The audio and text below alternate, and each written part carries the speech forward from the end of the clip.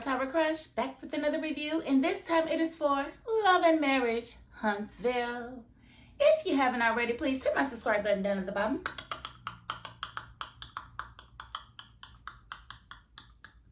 Thank you very much, and I'm going to get right into this review because this was a very, it was a decent episode. I definitely appreciate the honesty of the cast members throughout this episode, but we're gonna get into it because yeah, we gonna get into it. So we open up, it's breakfast time at the Airbnb in Texas, in Houston, that Nell and Chris Fletcher are hosting, and we see Martell. We know that he's been there by himself and Mel's been there by herself, and we know the Scotts are there, and we do see Courtney and Stormy come in, which was refreshing to me because I do like Courtney a lot. Stormy, she's, it's on and off for me. So Courtney to me is one of the realest on the show. I appreciate his reactions to things. He reminds me that this is reality TV and that certain aspects are not going to be able to be scripted because some of his reactions are just so typical of people that I know in my own life. So I just see him as just a real character. So I'm happy they showed up, but they got their baby with them. So that indicates that they're not going to be staying at the house with everybody else, but they'll show up, and do things with everybody. But what they're not going to do is be, with them, because they also said they wasn't going to share no bathroom with Marceau. I don't blame them because, I'm just saying, if I'm on a vacation, I'm definitely not trying to share my bathroom with another couple. Not trying to do that at all. I really don't want to share it with my boo. I don't even want to share it with him, but that would be the most that I could do. Okay, so I like that, they sitting at the table and everybody's, talking and whatnot, and they try to start making their Mel and Martell connection. And Marceau is the one that actually stepped in and said, no, we're not doing that. We're not doing the Mel and Martell thing. And I was like, well, thank you, brother. Finally, somebody gets it. Because Melody said she didn't want to see no exercises. She didn't want to hear nothing from nobody. And he wasn't even privy to that. And he already knew what time it was. And he was like, Martell Hope, Melody Rogers. And, Martell, he's still burned up at the fact that she took her maiden name back. Like, he's still mad that she don't want to carry his name no more. And I think that is so silly. This man sitting at this table with his wedding ring on talking about wishful thinking. Boy, if you don't stop wishing and thinking at the same time, because it ain't working. It ain't working. She ain't took you back. She ain't going to take you back. Now, I'm not even going to hold you. I am one of those people that for reality TV sake, I definitely wanted to see them back together. But I really wasn't thinking about her traumas. I wasn't thinking about the fact that this man had a whole baby on her, during their marriage. So, I get it, Melody. And I'm happy that you're happy now. And, it was also discussed at the table that, Marceau was feeling the type of way because Tisha told him about this pregnancy test that she took. Now, his whole aspect is, I had a vasectomy. Why are you taking a pregnancy test? And she's like, well, because I feel like I felt when I was pregnant. And those things ain't 100%. Girl, it's as close to 100% as it can get. Because you know who looked it up? I did.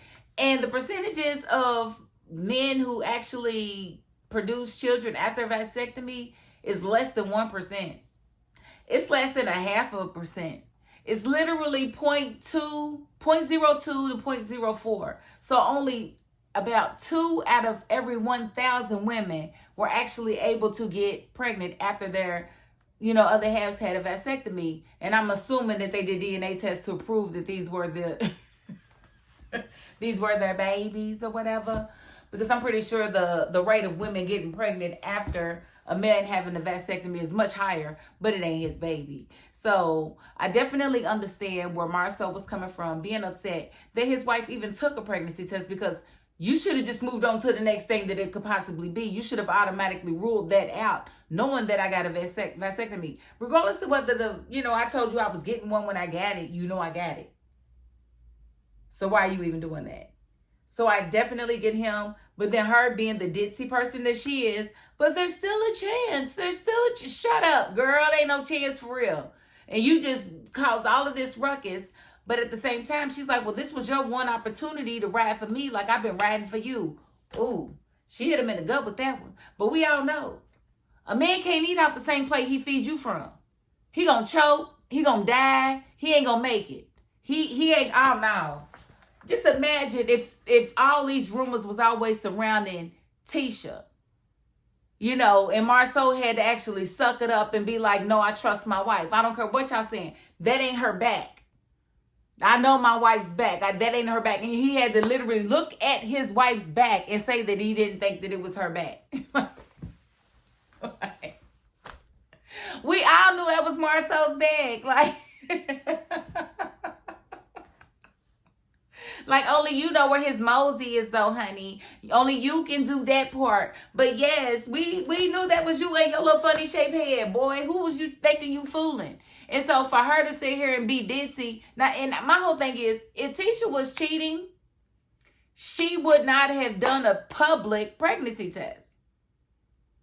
What would be the purpose in doing a public pregnancy test? If you cheating and you think you may have gotten pregnant behind cheating, oh, you gonna secretly take that pregnancy test. Ain't nobody gonna know about that test but you. And if you cheating, chances are that baby is not your husband who had a vasectomy. So you would have to do something totally different than be taking a whole test for the whole reality cast to see. Like, no.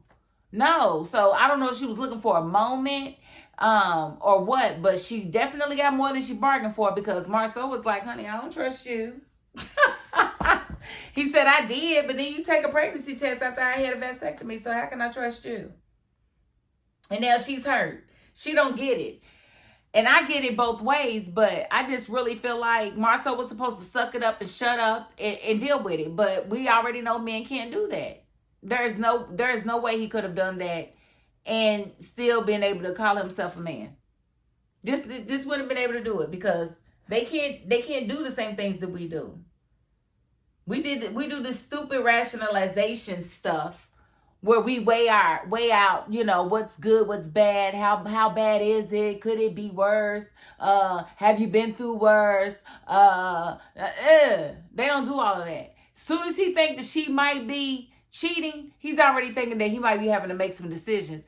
Dang! She can't make a mistake. She can't just be a dumb blonde for a moment. You're ready to, what kind of decisions are you ready to make? So now she's like, well, I need to think about some things because I've been blindly trusting you. And all types of rumors have come out about Marceau. Let's not forget, we got the back situation, right? We got the fact that he's supposed to have some outside kids out there that he takes care of, but the lady cannot say anything because of the NDA.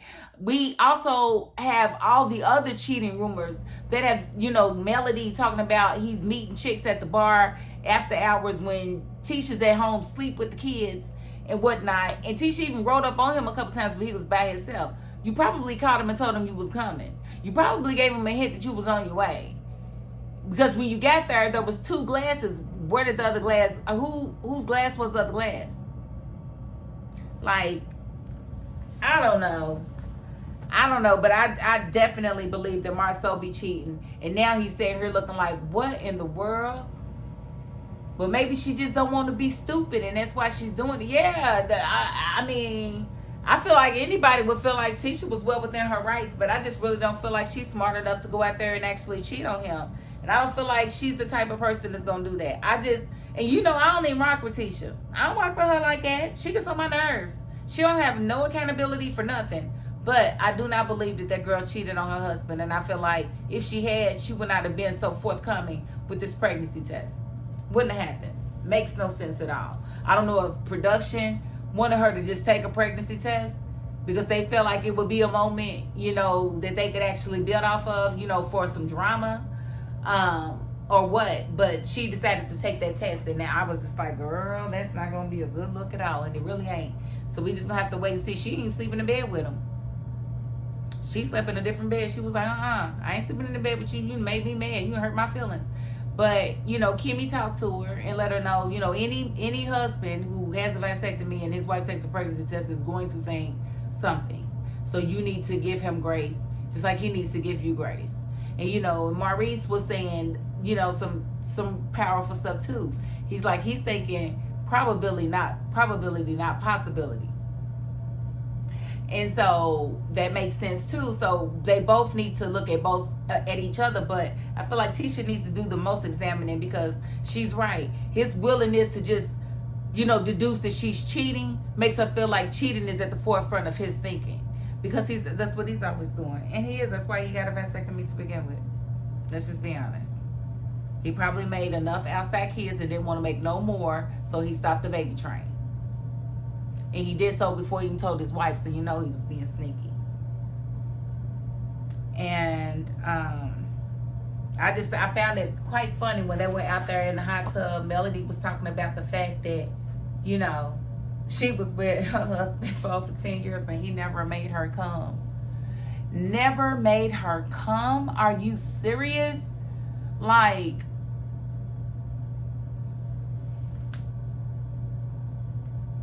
I have questions, because you have 4 children with this man. Was he not performing cunnilingus on you, sweetheart? He wasn't eating that box. Like, because most women that can't come from penetration, they can come from, you know, head. So I want to know how it didn't happen. I would love to know. You know, and you know, some women can come from penetration alone. They don't have to have, you know, clitoral stimulation, which I could do a video on these things. I mean, I could be the new Dr. Ruth. I really could. But, you know, I'm really interested to know how the hell she made it that many years with a man that looks like that and wasn't able to come. And then I also want to know, are you able to make yourself come? Like, I have questions. I literally have questions. And a lot of women that say that the man could make them come can't make themselves come. So it's like, if you don't know what you like, has he supposed to know what you like? Like, so I have questions. And I don't know if I buy that. Now, my mother told me that she had all 3 of her children before she actually got the big O. And she never even knew that there was something for a woman to get. I get that part. If you can't miss what you never had, right? Like, so I'm thinking that if he never did it, she probably never had it done. Because they got together, in college? Or like right after college. So she had probably never came at all, period. So, you know, that's unfortunate. But I just found that quite, you know, interesting. I want to talk about Martell teasing Marceau. Because Marceau is really in his feelings about this doggone pregnancy test. And Martell is just laying it on thick, talking about how Tisha is out of the house now, how she be wearing skimpy clothes, how Martell need to watch out because he know them DMs is jumping. And they really are. We can see she be looking cute in her little clothes. Her little mommy makeover, her little BBL. It's definitely giving what it's supposed to give. So, yeah, I think he definitely needs to watch himself and really, really, you know, focus on his home life, because he's always, you know, focused on, you know, his outside fun life. And the last thing I want to talk about is this team building exercise that Nell has set up with Chris. And I mean, I'm gonna give it to Chris. Chris look good for his age. I ain't even gonna hold you. You need to put a shirt on, sir. You are a married man. You don't need to be walking around here with your shirt off. Like, and Nell, she look cute too. I'm like, okay, I see y'all. I see what's going on. What I said, 28 years together?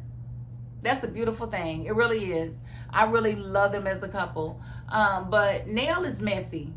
Why would you tell Kiki she could come? She just now telling Chris that she done told Kiki she could come and Kiki's there.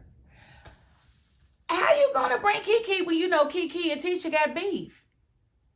Now we talking about Marceau and all the rumors. Now the latest rumor is, you know, Marceau done hooked up with somebody that Tisha knows and her friend at a hotel.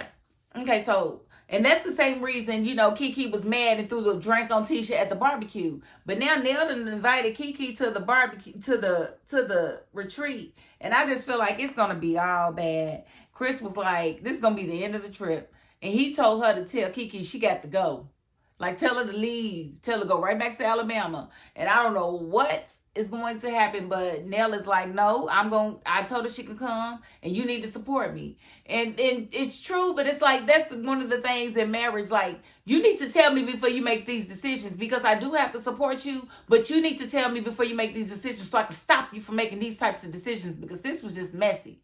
He was right. The trip has been going pretty smoothly. Hasn't been any, too hood stuff going on. So I definitely understood where Chris was coming from, but I also understood where Nell was coming from. Said she got the south side when Kiki said she wanted to apologize. And I don't even understand why Kiki's even going to apologize, because I feel like Tisha's never accountable for anything. So what you're going to apologize for is going to fall on deaf ears. She ain't going to believe you. So you're just going to waste your time doing it. But we just going to have to wait and see how it goes, because she told the girl she can come. So we'll see how that works out next week. We'll see if Martell gets busted out, because he definitely bought a random in the house. Nell was very upset about that. Her and Chris, had a difference of opinions. Chris felt like it was none of Mel's business, and he didn't violate anything in inviting somebody else. And Nell felt like, no, I feel like it's disrespectful because Mel's in the house. Why would he do that when he knows Melody's there? And I'm thinking, who gives a damn that Melody's there? Melody don't want Martell. Martell is single. Martell can have whoever he wants. If they didn't tell him you can't have no randoms or no visitors or nothing like that, then he didn't violate nothing. He didn't do nothing wrong. So I'm going to have to disagree with Nell on that and have to agree with Chris. Martell is allowed to get his everything on. But Martell really needs to get some therapy. Because why are you wearing your wedding ring that morning? Okay. Then you invite a random over. No, you not only wearing the wedding ring, but you're talking about wishful thinking. Okay. Then you invite the random over. Keep the wedding ring on, because you got it right back on the next morning when you're talking to Marceau. So I just feel like you really need to get some therapy, because this is not healthy. This is not healthy, and you're going to crash out, buddy. Let me interview right there. Right there before I take y'all all the way to the doctor's office, before I take you to church, because I'll do it. If you haven't already, please hit my subscribe button down at the bottom.